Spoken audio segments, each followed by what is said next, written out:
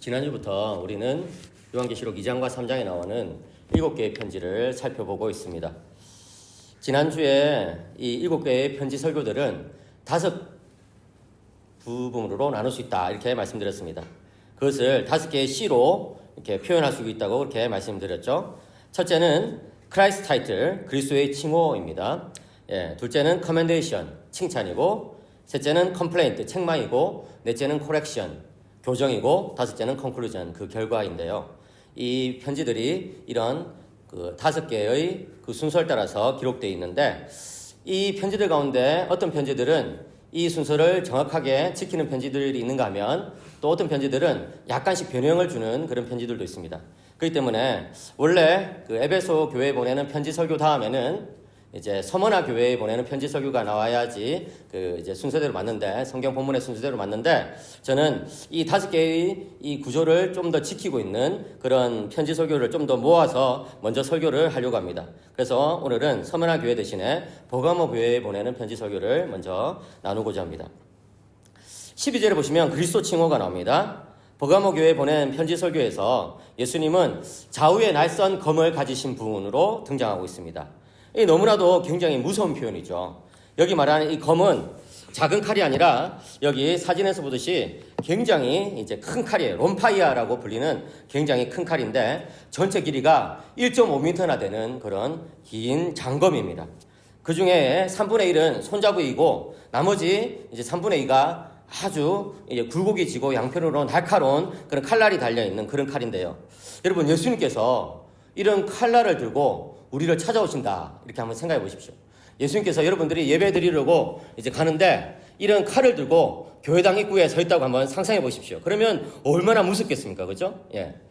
여러분, 우리는 이 예수님에 대해서 생각할 때 때로는 마음씨 좋은 어떤 아저씨, 마음씨 좋은 그런 분 이렇게만 생각할 경우가 있습니다. 그런데 버가모 교회에 나타난 주님은 그런 분이 아니에요. 아주 두려운 심판자로서 나타나고 계시는 것이죠. 이제 이어서 13절에 보시면 주님은 버가모 교회를 칭찬하십니다.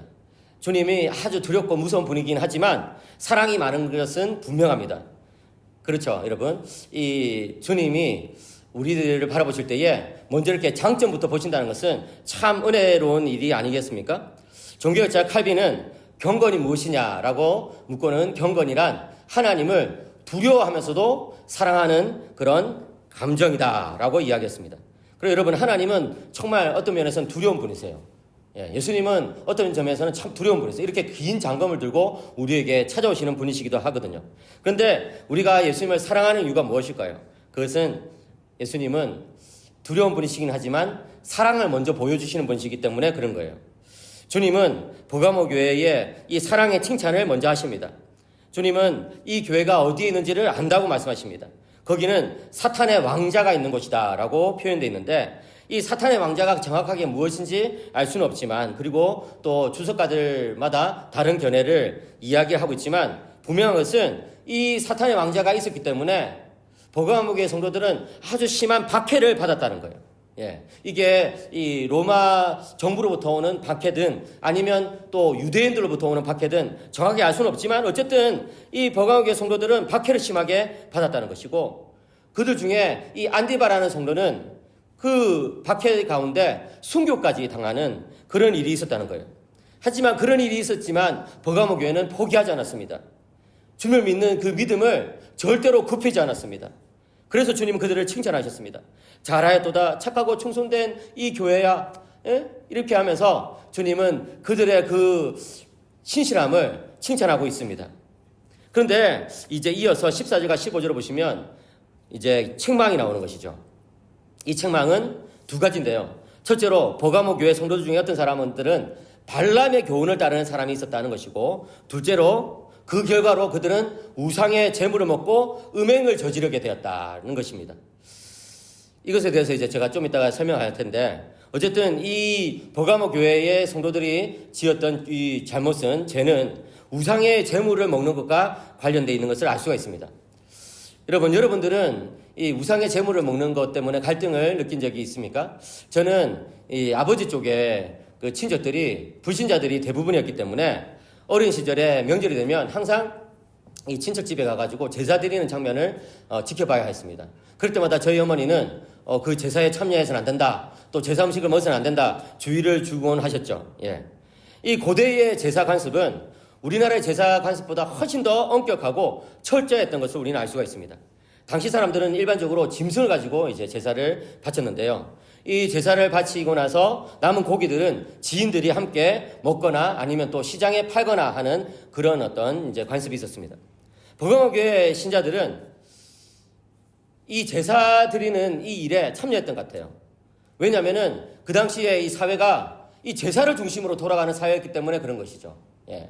무슨 일을 하든지 일단 제사를 먼저 드리고 그를 시작했고, 또 뭐 집을 짓거나 또 뭐 배를 이제 건축하거나 하면 항상 제사를 드리고 이제 그 일을 시작했고, 뭐 이렇게 했기 때문에 또 상업 행위를 할 때도 항상 이제 제사를 드리고 했고, 또 이제 농업을 할 때도 이제 연초에 씨를 뿌리기 전에 제사를 드리고 그 일을 하고 했기 때문에 이 모든 사회생활이 제사를 중심으로 돌아가는 그런 상황이었기 때문에 복음교회 신자들도 이제 어쩔 수 없이 그렇게 이 제사 행위에 참여하게 되었던 것 같습니다.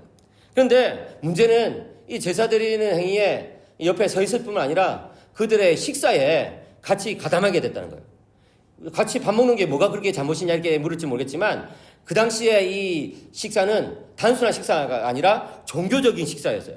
무슨 말입니까? 신들 앞에서 이 같이 식사를 하면서 신들과 교제하는 그런 일에 참여하는 것이라고 사람들이 생각했다는 것이죠. 그러니까 이것은 참여해서는 안 되는 일이에요. 왜? 그 일에 참여하면 이제 신들과 교제하고 그 신들을 인정하는 것이 돼버리기 때문에 그런 거예요. 여러분, 초대교회의 이 그 종교 식사의 관행이 너무나 심각했기 때문에 사도들이 여러 차례 이 문제에 대해서 주의를 준 것을 알 수 있습니다. 사도행전 15장에 보면은 사도회의가 열렸는데 이 사도회의가 열렸을 때 여러 가지 이제 조건들을 만들게 되잖아요. 그 중에 하나가 뭐냐면 우상에게 바쳐진 고기를 먹지 말라라는 거예요. 다시 말해서 이 종교 식사에 참여하지 말라는 거예요. 사도 바울도 역시 고린도전서 8장에 보면은 우상의 제물을 먹지 말라 이렇게 이야기하면서 경고하는 것을 보게 됩니다. 그렇게 이제 우상의 제물을 먹으면서 우상 숭배에 가담하게 되니까 그런 것이죠. 신앙적인 타협이 이루어지기 때문에 그런 것이죠. 특별히 이 버가모 교회 일부 성지자들은 그뿐만 아니라 음행을 저지르게 되었다라고 이제 사도요한은 기록하고 있습니다. 예.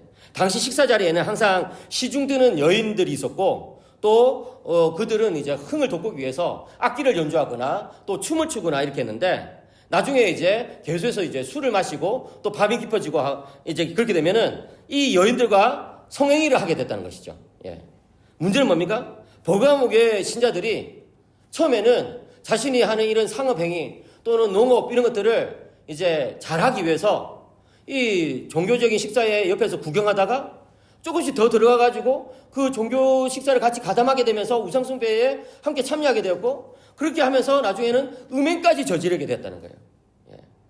여러분, 주님께서 왜 이 롬파이아라는 장검을 가지고 버가모 교회를 찾아왔는지 이제 이해가 되시죠? 여러분, 이 우상숭배와 음행이라는 이 두 가지 죄는 민수기 25장에 나오는 발람의 이야기와 깊이 연결이 되기 때문에 주님께서는 지금 이제 발람을 이제 예로 들고 있어요.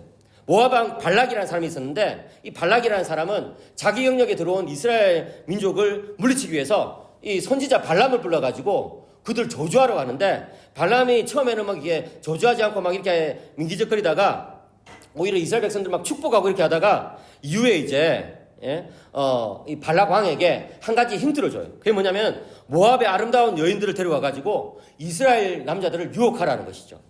그렇게 해가지고 어떻게 되었습니까? 이스라엘 사람들이 결국 그 여인들의 유혹에 넘어가게 되었고, 모압의 신들을 숭배하게 되었고, 이 모압 여인들과 성관계를 맺게 되는 음행을 저지르고 마는 그런 일들이 민수기 25장에 나오거든요. 예. 그래요, 여러분. 이 지금 버가모 교회 성도들이 하고 있는 일들이 바로 이 민수기 25장에 나오는 그런 사건과 굉장히 유사하다는 거예요. 무슨 말입니까? 하나님 백성들이 우상 숭배에 빠져버리고 하나님 백성들이 음행의 죄와 타협해버리는 이런 어떤 죄에 빠지게 됐다는 거예요. 주님께서는 그러한 자들이 니굴라 당의 교훈을 지키는 자들이라고 책망하십니다. 15절에 보면. 오늘날 우리들에게도 이런 우상 숭배적인 유혹이 있지 않을까요? 우리들이 세상에 살아가다 보면 하나님보다 뭔가를 조금 더 위에 두는 그런 일들이 있지 않습니까?